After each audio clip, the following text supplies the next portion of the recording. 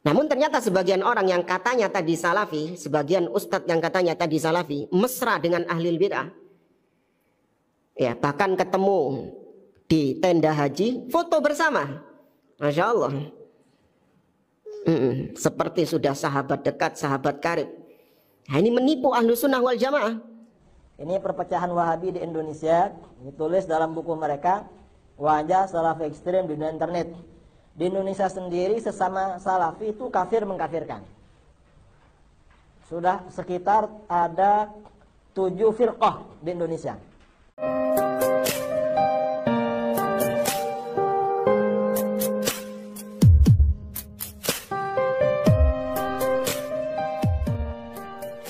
Assalamualaikum warahmatullahi wabarakatuh. Pada kali ini kita akan membahas sebuah kejadian di mana Ustadz Khalid Basalamah ditahdzir oleh Wahabi yang lain. Ustadz Khalid Basalamah disalahkan oleh Wahabi yang lain, bahkan Ustadz Khalid Basalamah dituduh sebagai penipu. Lalu siapa yang mentahdzir Ustadz Khalid Basalamah? Yang mentahdzir Ustadz Khalid Basalamah adalah Ustadz Wahabi yang ini. Jadi Ustadz Wahabi mentahdzir Ustadz Wahabi. Dan itu sering terjadi di antara Wahabi. Kenapa Ustadz Khalid Basalamah ditahdzir oleh Ustadz Wahabi tadi? Karena begini, sebagaimana yang viral beberapa hari yang lalu, beberapa waktu yang lalu, bahwa Ustadz Khalid Basalamah berfoto dengan Gus Miftah. Berfotonya di tenda haji. Bahkan Ustadz Khalid Basalamah juga ngobrol bareng, ngobrol yang sangat akrab kelihatannya dengan Ustadz Gus Miftah. Lalu Ustadz Khalid Basalamah juga sempat berpelukan dengan Gus Miftah. Nah, inilah yang menjadikan Ustadz Wahabi tadi itu seakan-akan murka kepada Ustadz Khalid Basalamah, sehingga Ustadz Khalid Basalamah disebut sebagai penipu, ditahdzir, disalahkan. Berikut ini cuplikan video bagaimana Ustadz Khalid Basalamah dan Gus Miftah bertemu, ngobrol bareng, bahkan berpelukan.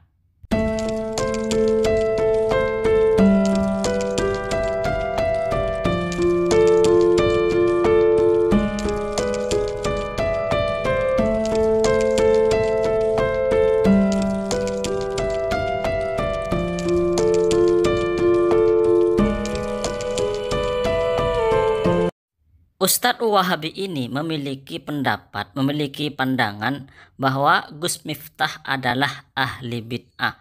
Orang yang tidak sesuai dengan faham dia, orang yang di luar faham dia, itu disebut atau dituduh sebagai ahli bid'ah.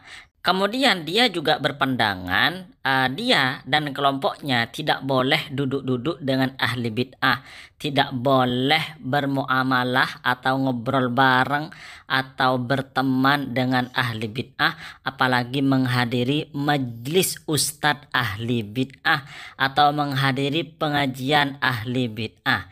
Jadi Ustadz Wahabi ini memiliki pandangan seperti itu. Oleh karenanya ketika Ustadz Khalid Basalamah kok duduk bareng dengan Gus Miftah yang disebut sebagai ahli bid'ah, maka Ustadz Wahabi ini menyemprot, atau Ustadz Khalid Basalamah kena semprot oleh Ustadz Wahabi ini.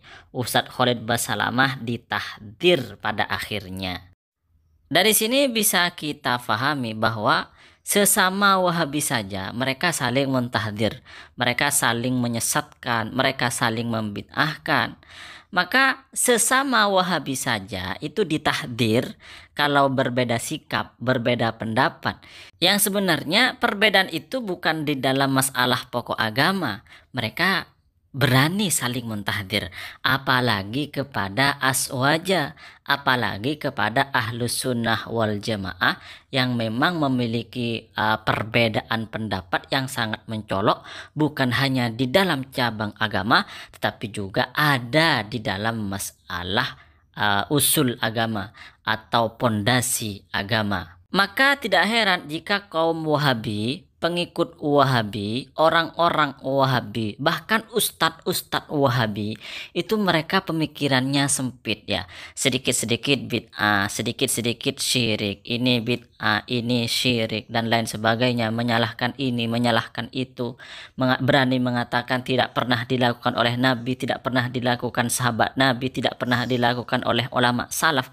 Padahal ketika dikaji di dalam hadis-hadis, ulama salaf melakukannya. Ulama salaf, generasi salaf melakukannya, bahkan menjadi amalannya. Bahwa sesama Wahabi saling mentahdir, saling membid'ahkan, saling menyalahkan, bahkan mungkin saling mensyirikkan, ini bukti yang sebenar-benarnya bahwa mereka itu bukan ahlus sunnah wal jamaah, bahwa mereka itu bukan firqah najiyah. Karena ahlus sunnah wal jamaah adalah kelompok yang berjamaah, kelompok yang bersatu, kelompok yang bersatu padu di dalam kebersamaan dan di dalam berjamaah sehingga membentuk mayoritas umat Islam atau sawadul a'zam. Ahlus sunnah wal jamaah adalah sawadul a'zam. Berikut ini pernyataan dari Kiai Idrus Romli. Syekh Abdul Muhsin bin Hamad Al-Abbad Al-Badar dalam kitab Rifqan Ahlus Sunnah bi Ahli Sunnah halaman sekian dan sekian mengatakan sesama Wahabi telah terjadi tafarruq, ikhtilaf, tabdi', tahajur, taqatu. Berarti kalau begitu Wahabi bukan Ahlus Sunnah wal Jamaah. Oleh karena itu, kalau Anda ingin selamat di akhirat nanti, tinggalkan Wahabi, ikuti Ahlus Sunnah wal Jamaah, Asy'ariyah Maturidiyah. Allahu Akbar. Saya bilang begitu. Akhirnya kata dia balas, Anda buta bahwa sesama kiai Asy'ariyah juga banyak yang bermusuhan. Saya balas, memang banyak kiai Asy'ariyah di Indonesia yang saling bermusuhan, tapi beda dengan Wahabi.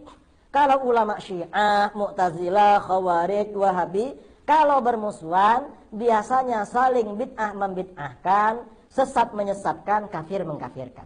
Mengapa?